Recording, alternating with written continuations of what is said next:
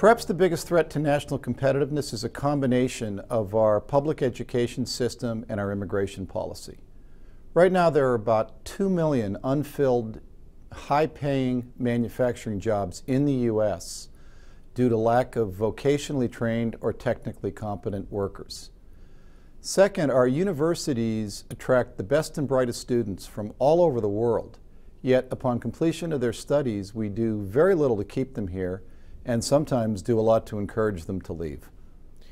I think the biggest threat is our the sort of macro set of issues that are there. And by macro I mean how the government works is the primary issue, because I think a lot of the core, the entrepreneurship, the innovation, the meritocracy is all there.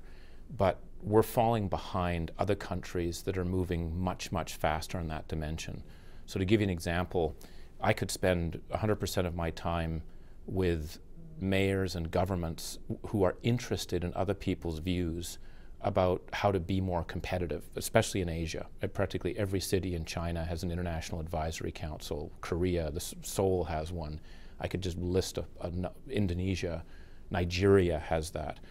And they're looking for ways to improve their productivity. They're looking for ways to improve how regulation works. It's not about getting rid of it, it's about how to make it more effective and really trying to push people to get those views. You just don't see that happening here in the U.S. There isn't that kind of a dialogue, and if there is, it's more for a photo op. It's not for getting something done. Biggest threat to U.S. competitiveness and U.S. national security is debt. The fact that we as a nation borrow too much, save too little. The fact that we as a people borrow too much, save too little. This, more than anything else, is destroying our competitiveness, and it's also hurting our national security, because there's no instance in history where any nation continues to be a superpower once it loses its economic might. I think the biggest threat to our competitiveness is the fact that the rest of the world's catching up. That some of the things that were unique to America are now being replicated in other parts of the world. That's particularly true when you think about entrepreneurship, that for decades the center of gravity around some of these great, particularly technology businesses, was America, particularly Silicon Valley. That's almost been the secret sauce of has driven our economy for decades. But others are catching up. They're kind of taking some of that secret sauce and replicating it, building up entrepreneurial ecosystems in other parts of the world. Meanwhile, I think we're a little bit at risk within our country of being a little complacent and kind of taking that for granted. So really redoubling our commitment to policies that are supportive of entrepreneurs and working in the private sector to develop entrepreneurial ecosystems all around the nation to really help launch the next generation of companies is very critical. I think we're at a really important point here, kind of a go left, go right moment, and it's really time to redouble our commitment to entrepreneurship. One of the biggest gaps in the long-term competitive prospects of the U.S. is our K-12 education system. The relative performance of U.S. students versus the rest of the world, and the significant gaps we have between subgroups of students within the country by racial and economic factors are so stark that the long-term impact on those as the workforce changes are significant. So the quality of cognitive skills that our students are developing in our K-12 education system is one of the biggest blockers to long-term competitiveness. You know, this is a very complicated set of issues, and the way for U.S. businesses to become more competitive, there are many things that need to occur. But if I had to sort of focus in on just one big message, it would be we need to see from the government, frankly, a long-term plan, long-term fiscal plan that's credible. I think that underpins so much of what's going on right now, and if we could remove that uncertainty, I think it's going to free businesses up to make the kind of investments they need for the future. It's going to free them up to create more meaningful jobs and so forth. And so it's really trying to get at that uncertainty, and the only way that's going to happen is for the leaders politically to come together and figure out exactly what we need to do long term. And there are a number of really sort of promising proposals out there that are bipartisan in nature, and we really need to get behind them. There are many impediments to increasing America's competitiveness overseas, but I think foremost among them is the issue about tax reform. America's tax structure is rendering American companies non-competitive. we have a very complex and a very dense tax structure. The cost of our capital is so much more expensive than the cost of capital in many other competitive places overseas.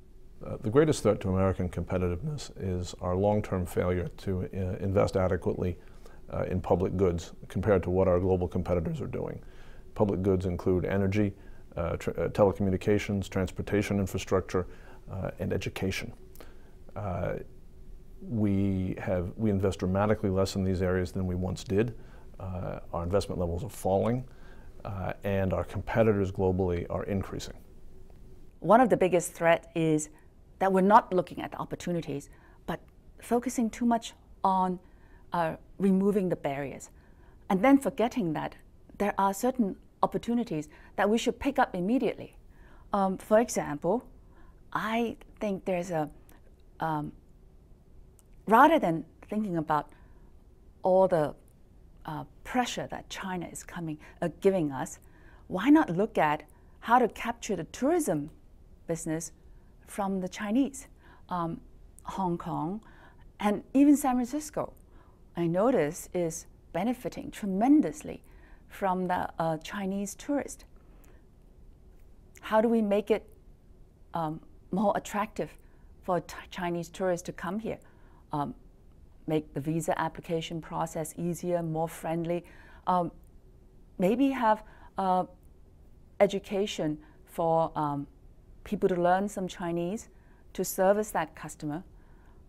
Look at opportunities, and it may not be related to China, but that happens to be just an area that I saw that was very interesting. So look at what are the opportunities. I am missing the attitude of that can-do attitude that I grew up in the States, and that's just something that is missing. The biggest threat to American competitiveness is clearly the corporation's attitude towards Wall Street, which is to say that the sole job of the chief executive is to make profit and to deliver short-term returns. There are companies that need to take long-term strategies, and they have to do portfolio transformation, and they also need to dimensionalize their product lines, and they need to make the case to their investors that in fact this does take time and that there does need to be patience, and we cannot any longer fall victim to the quarterly earnings projections that so dominate thinking. And the smart CEO will say, I'm not going to give quarterly projections. In fact, show me after 3 years and I'll absolutely deliver you a great result. I think globalization is both a wonderful opportunity but a big threat, and we got to figure out exactly what that means for us. We've got to get a lot better at competing around the world, exporting products. And for that matter, one of the things I see is there's a competition for jobs. Every country around the world is trying to figure out how to create more jobs for its own people.